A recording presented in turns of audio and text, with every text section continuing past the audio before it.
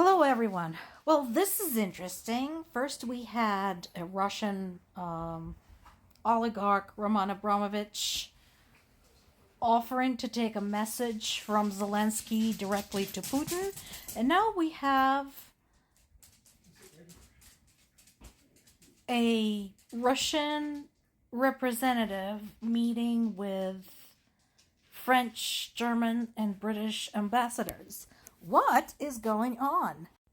So this particular piece is in today's Reuters, and they pointed out that this is weird because, especially since the latest escalation in Russia's attacks against Ukrainian civilians, any kind of conversation between anyone from Russia and anyone from among Ukrainian allies have been very rare.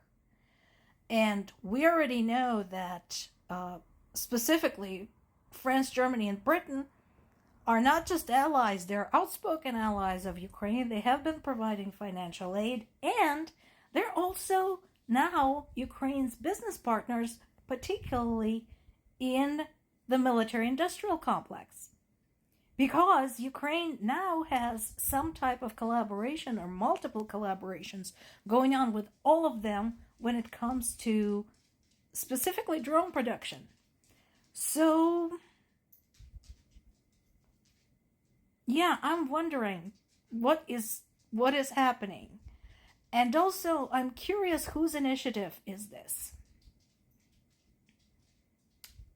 Because it just doesn't look like something that Putin would approve of. Now, that is not to say that it went well, because the person who met with the representatives of Germany, France, and the United Kingdom was Deputy Foreign Minister Mikhail Galuzin, and he accused his counterparts of pursuing a destructive policy on the Ukraine war. And so that is in line with the Kremlin position, which is kind of hilarious because Russia is doing all of the destruction. But again, the fact that this meeting even took place is remarkable. Meanwhile, Russia continues having a really shitty week on the war front. This piece in The Guardian dives deeper into the topic I brought up over the last couple of years, talking about what they're now calling the highway of death. That's the road that I mentioned that is now basically inoperable thanks to the strikes by Ukrainian forces. Now, once again, consider what it's passing through. So it links Rostov-on-Don, which is a Russian city. It's one of the border regions. We talked about Rostov many times. To Melitopol, which is in Zaporizhia region, in the occupied part of the Zaporizhia region, Mariupol and Crimea, all invaded, occupied areas. And my reaction, of course, to Russia's complaints about Ukraine targeting that route is, what are you doing there? Melitopol, Mariupol, and Crimea are all Ukrainian places. You have no business doing anything there in the first place. This route along the Sea of Azov coastline has been used widely by Russian military as a major logistics highway.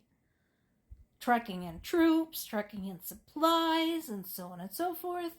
And they were pretty happy with themselves. But now, Ukraine is looking to basically cut them off, cut them away from being able to access Crimea by that road. Now, the reason I specifically recommend this article on the Guardian website is because it has a really good photograph basically showing you the path that this route takes. And also, again, for your personal education, I suggest you pull up the map and follow it. Connect the dots. Rostov, Melitopol, Mariupol, and Crimea. And see where this route passes. And so, at this point, one of Ukraine's regiments stated, "We see all movements and totally control the enemy's repair works. We're ready to make our long-range adjustments at any moment." That should be pretty damn scary for the Russians. And again, this goes back to the strategy of making the occupied territories not feasible for Russia to hold on to. In addition, Ukraine continues its assault on Russia's oil industry and Russia's military-industrial complex, both in the occupied areas and far out across Russia.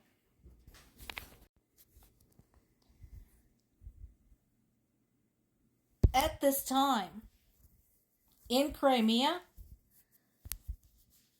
which Russia was so proud of invading 12 years ago, they are running out of gasoline, they are running out of water, they're running out of supplies. People are actually trying to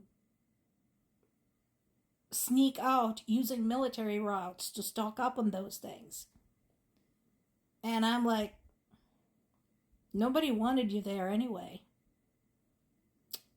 You can get out permanently, and you could put pressure on your government and tell them, we're tired of this shit. We want this to stop. And here's another statistics. This piece is on the Kyiv Independent website. Russian oil output falls to 1 year low after all of the campaigns by Ukraine. So this is the lowest their crude oil production has been in a year.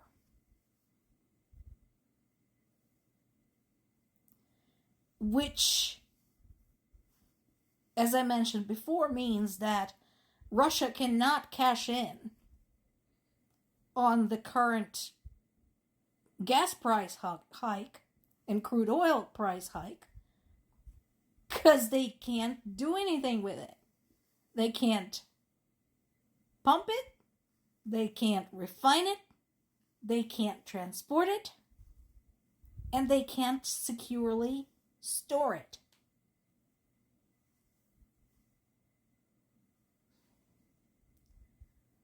So, more and more political analysts are saying that Ukraine has definitely turned the tables on Russia. And for all of Putin's boasting that everything is going great and that he has plans for Ukraine going as far as 2028, more and more people are starting to understand this is a death trap for Russia.